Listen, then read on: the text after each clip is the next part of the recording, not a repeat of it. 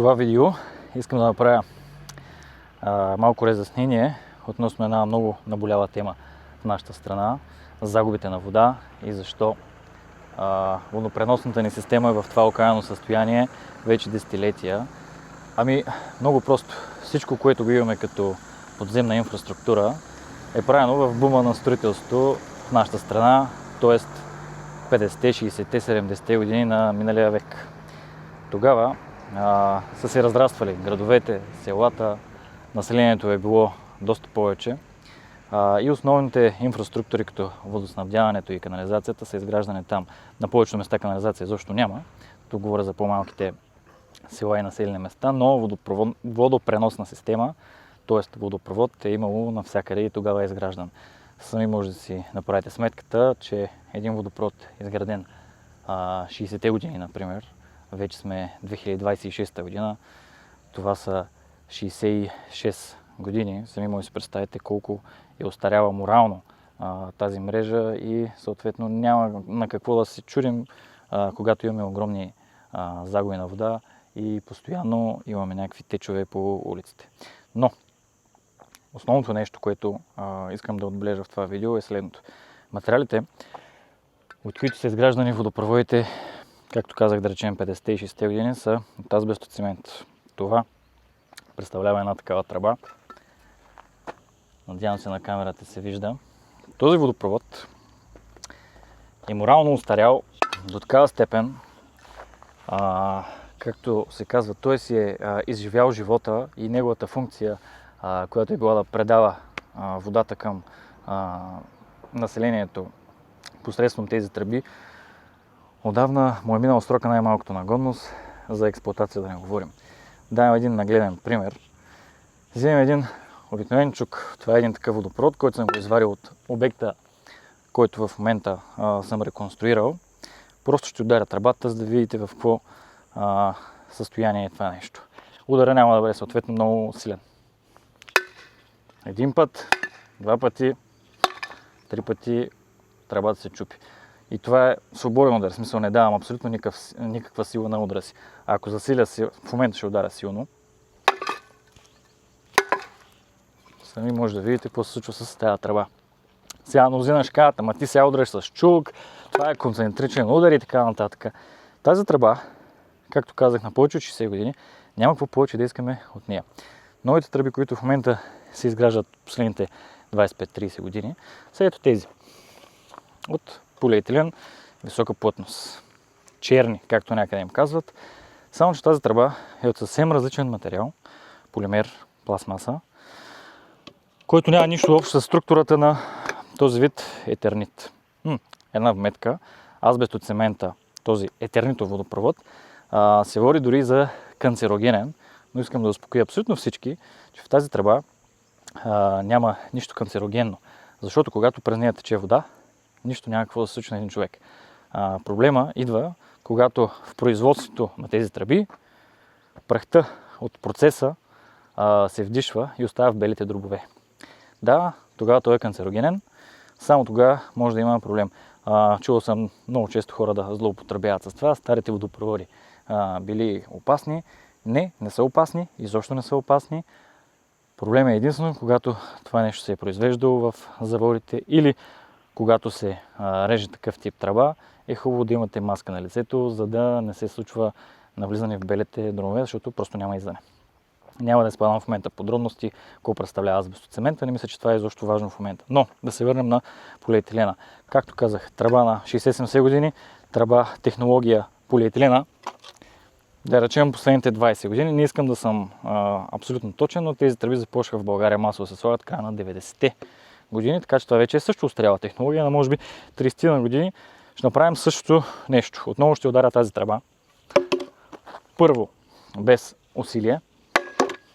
Тя дори отскача. И сега ще ударя с колкото сила имам.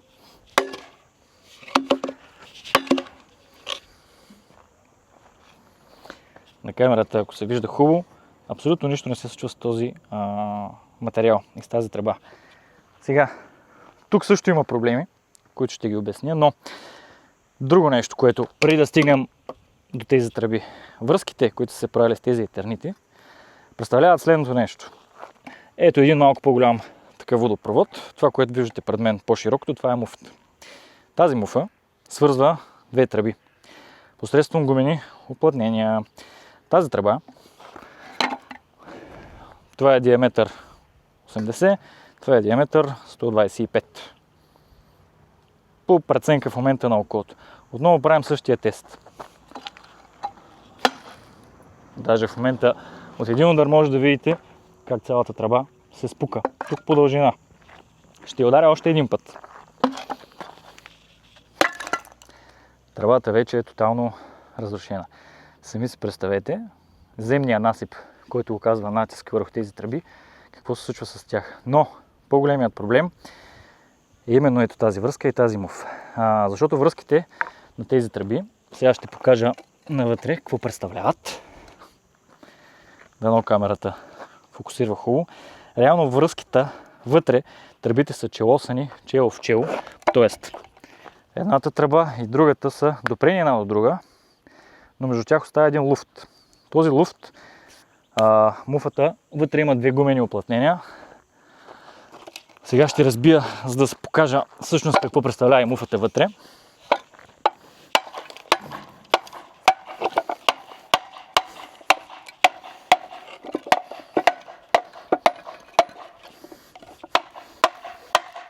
Всъщност преди да разбия, нека да покажа какво представлява отвътре. На камерата ми ще се вижда.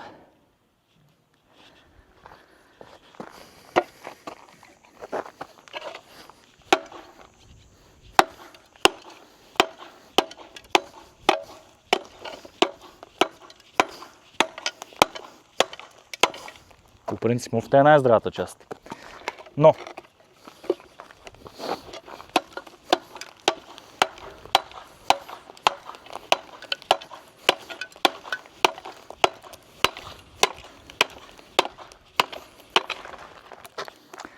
удрям така, за да не скъсам гумените уплътнения, които са вътре. Малко по-лекичко. Така. Ето какво представляват гумените уплътнения, които предпазват от това водата да не излезе извън тръбите. Показвам малко по-наблизо на камерата. Ето тук виждате как двете тръби са челосани.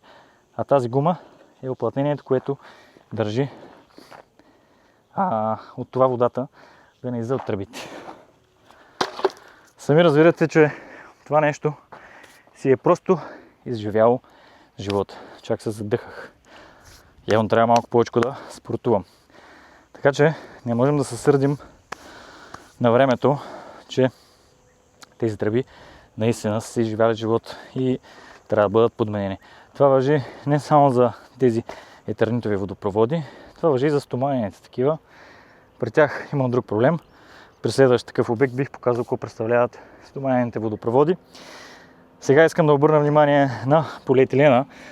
Връзката, която тук обяснях допреди малко на етернита, с тези муфи и гумените уплътнения между тях. Етернита, полиетиленовите тръби всъщност се правят на заварки. Тук има едно срязано парче. Може би камерата ще покаже. Ето какво представлява една заварка на такава тръба. Ето как изглежда и от вътрешна страна. Технологията е много проста. С топъл елемент при загряване на необходимата температура единият материал се разтапя, другия материал на другата тръба се разтапя. Двете тръби се пресоват с специална машина, наричаща се челно заваряваща машина. Съответно, тук се получава едно дебеление и заварка. Тази заварка, изпълнена по технология, прави тръбата тук, на място на заварката, дори още по-здрава от самата тръба. Тук отдебелението се получава в зависимост от диаметрите, няма да обяснявам в момента. Тук отдебелението, което се получава и заваръчният шеф е много по-здрав, дори от тази част, която я удрях тук с чука. Мога да продължа да удрям, за да видите, че това нещо наистина е супер здраво. Няма смисъл от повече, нито се огъва, нито нещо и се случва. Да, това е 125, може би ако беше 90, ще да има огъване, но това не е толкова важно. Тоест, технологията, която е тук с пластмасовите тръби, няма нищо общо с това, което е на старите тернитови. Тук производителите на полиетилен казват 50 години безпроблемна работа. Сега, реално не са минали още 50 години, за да сме сигурни, че това нещо наистина ще е така. От моята практика клони, че наистина този материал ще е доста издържи във времето. Естествено, проблемите при него е единствено и само заварката.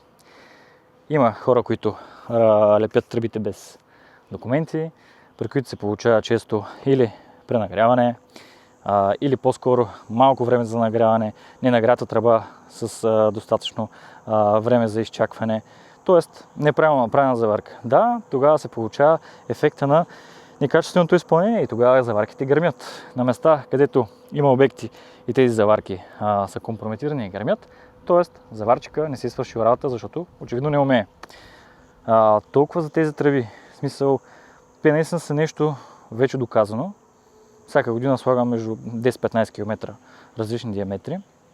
Не съм имал рекламация до момента. Има и друг начин на свързване на тези тръби посредством електромуфи. Сега няма да го обяснявам и него да го показвам.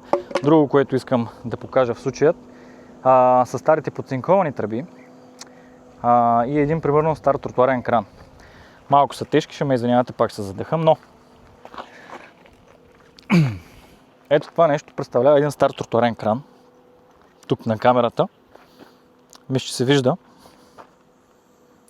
колко много е запушена тръбата, колко е ръждива и с две думи колко е ужасно положението. Това отново е технология. По-скоро на времето не са имали други материали с подцинковани стомани, въпреки че това самият тротуарен кран е чугунов. Тръбите, които влизат, ето тези, са от подцинкована стомана. Те също изгниват и са в окаяно състояние. Показваме и една такава тръба. Даже тази вътре е запушена до такава степен. Ето от другата страна. Отново това нещо просто си е изживяло живота. Няма какво повече да очакваме или какво повече да търсим от него. Би било смешно да се надяват хората, че това нещо ще изкара още 60-70 години. Така че е абсолютно нормално, за съжаление го казвам, да имаме такива огромни загуби на вода. Друг е проблема как се стопанисваме инфраструктурата. Още нещо само да отбележа. Ще покажа един също нов тротуарен кран, който също е от чугунени елементи. Това е основата на тротуарния кран. Между другото, това е българско производство, няма да казвам ако. Използвам такива вече повече от 6 години. И съм много доволен.